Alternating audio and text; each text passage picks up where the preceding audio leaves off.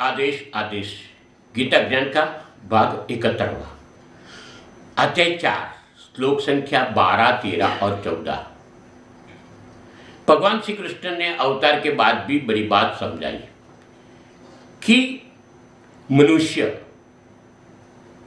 जिस भाव से मुझे भजता है उसके अनुसार ही मैं फल देता हूँ।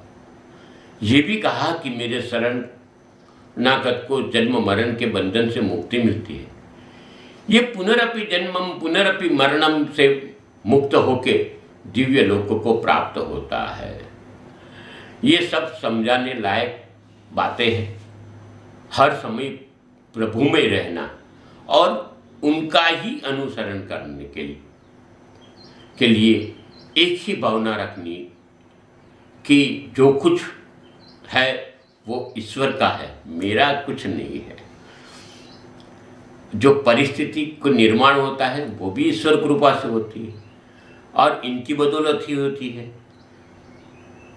जो इसमें भी मेरा भला है, जो न बिगड़े तो भी मेरा भला, सुधरे तो भी मेरा भला है।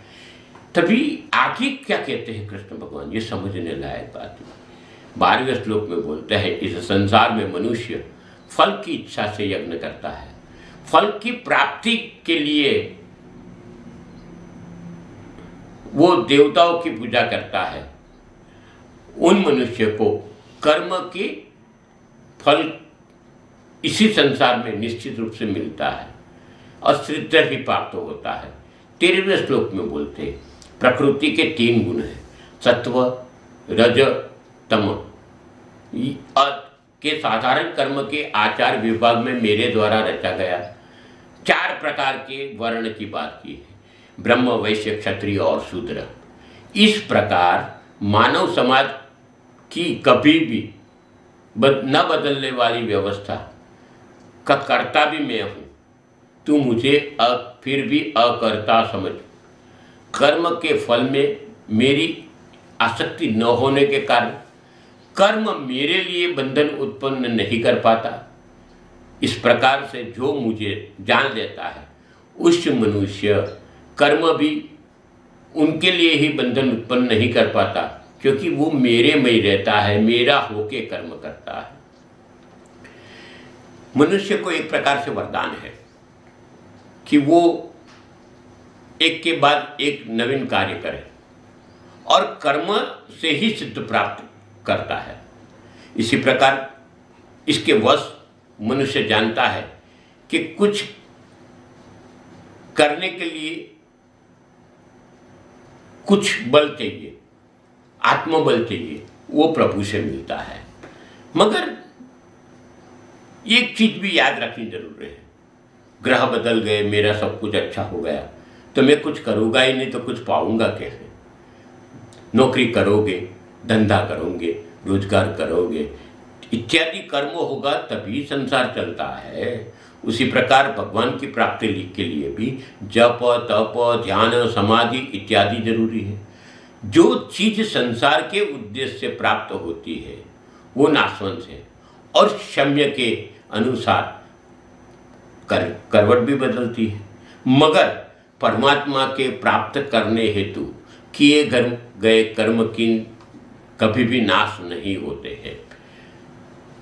आज नौकरी करने गए, कमा लिया, कुछ लेके आए, खाना लेके आए तो खा लिया, कुछ लाए वपराश के लिए लाए तो वापर लिया, ये नाशवंत है। मगर प्रभु की भक्ति में जो जप तप ध्यान संध्या की बात होती है उससे कभी भी नाशवंता नहीं है और वो परिवर्तनशील भी नहीं है। समझ लो, आज हम पुराने वक्त में जो चीज़ें उपयोग करते थे वो आज नहीं करते हैं और आज उससे बदल गया, एक के बाद एक नया उपकरण आते रहते हैं, तो ये बदल जाता है। मगर भक्ति में कभी बदलाव नहीं आती है। देवता माता समान है, संतान को बिना स्वार्थ ही सब कुछ देती है।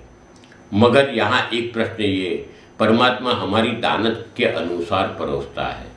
हम कुछ भी खरीदने हेतु दुकान में गए और दुकान में सब कुछ मिलता है, जहर भी मिलता है, खाना भी मिलता है, चाकू भी मिलता है, पिस्तौल भी मिलती है, फल भी मिलता है, फ्रूट भी मिलता है। हम क्या खरीदते हैं उससे हमारा परिणाम निश्चित होता है।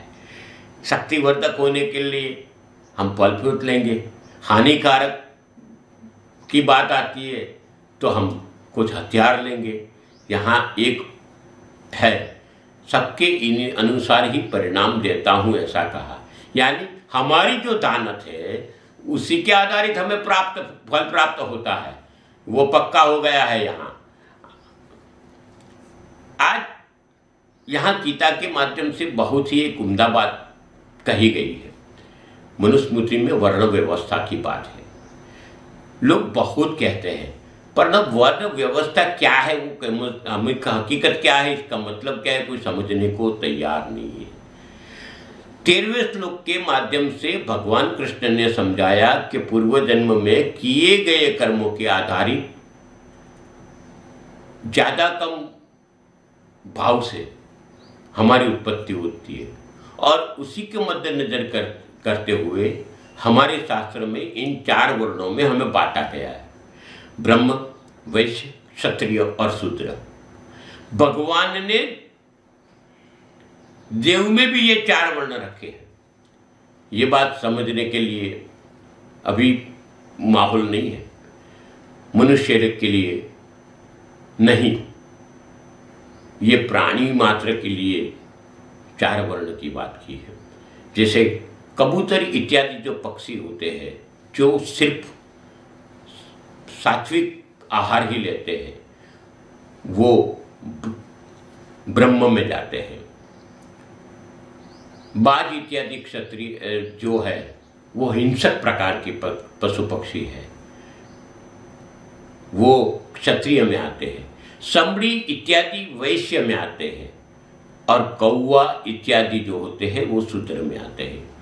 इसी प्रकार पशु पक्षी वृक्ष इत्यादि में 4 वर्ण है।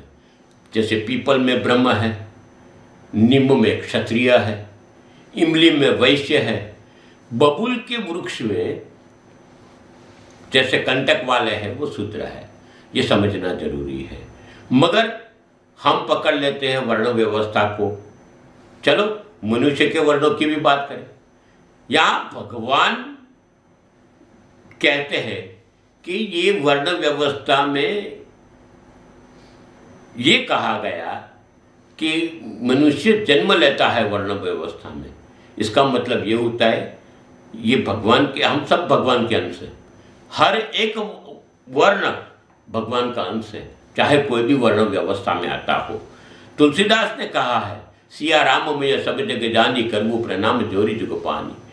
ब्रह्म परिवार में जन्म लेते हुए भी नीच कक्षा का काम करता है तो वो शूद्र है।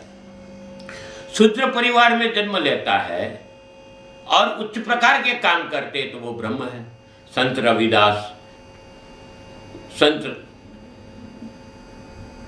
रविदास, ऐसे कई लोग हैं कि कर्मों के कारण पूजे गए। ये भेदभाव को छोड़ मनुष्य मात्र ईश्वर की संतान है, वो ये याद रखना जरूरी है।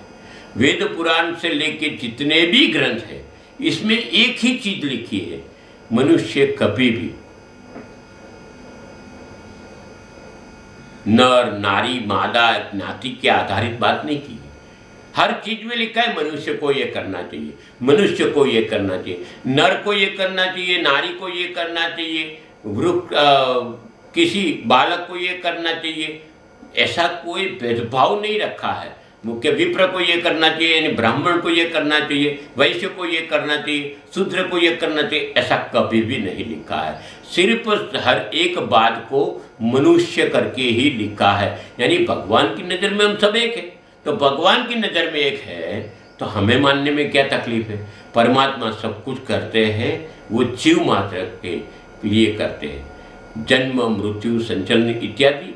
फिर भी वो कर्म भाव से दूर रहते हैं, या तो कर्म भाव को महान बनाते हैं, फिर भी वो कर्म भाव में नहीं, वो अकर्ता में चले जाते। हमने जन्म किसके कैसे लिया, तो क्या माँ की कोख से लिया। भगवान आए बीच में नहीं आए।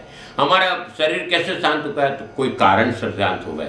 भगवान आए बीच में नहीं आता है। हम कुछ करते हैं तो क्या करते हैं, तो कि ऐसे किया, ये किया तो ये हुआ। हम कभी भी भगवान बीच में नहीं आते, वो अकर्ता भाव में रहते हैं, तो उनको तो कोई चीज लगती ही नहीं है।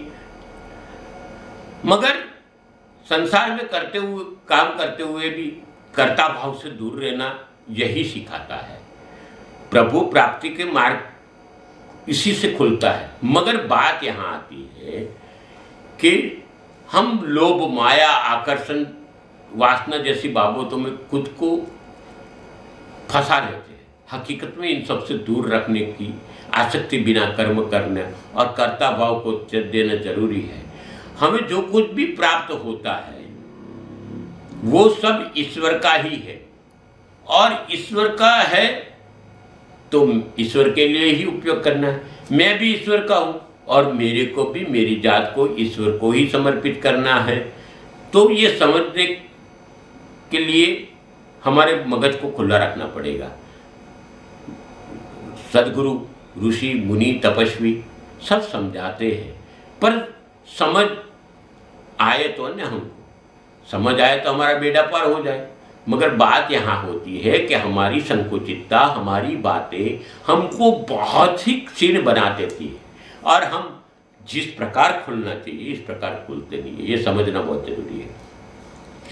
भगवान के हम सब अंश से, फिर वर्ण व्यवस्था पे चला जाता हूँ, तो सब भगवान के ही अंश है, कोई पराया तो है नहीं। कर्मों के अधीन जो कोई वर्ण व्यवस्था है, इसके अंदर ज्ञातियों से कोई लेन देन नहीं है। समभाव दृष्टि रखना, समभाव रखना, सबसे दृष्टि और भाव भी सम रखना, ये आचरण में भी लाना जरूरी है। आप सबके जीवन में धन्यता बनी रहे। प्रभु आप सबके जीवन में सुख शांति बनाए रखे। आप सब स्वस्थ रहो, मस्त रहो। ऐसे गुरु गोरखनाथ जी को और साथ साथ भगवान श्री कृष्ण को प्रार्थना करता हूँ। आप सबको विनती करता हूँ, इस चैनल को सब्सक्राइब करिए, इस वीडियो को लाइक करिए, वीडियो को लोगों तक पहुँचाइए, क्योंकि ये सनातन की बात है। आप समझना ये जरूरी है, आते युग में ये काम लगेगा। अस्तु, शुभम भवतु।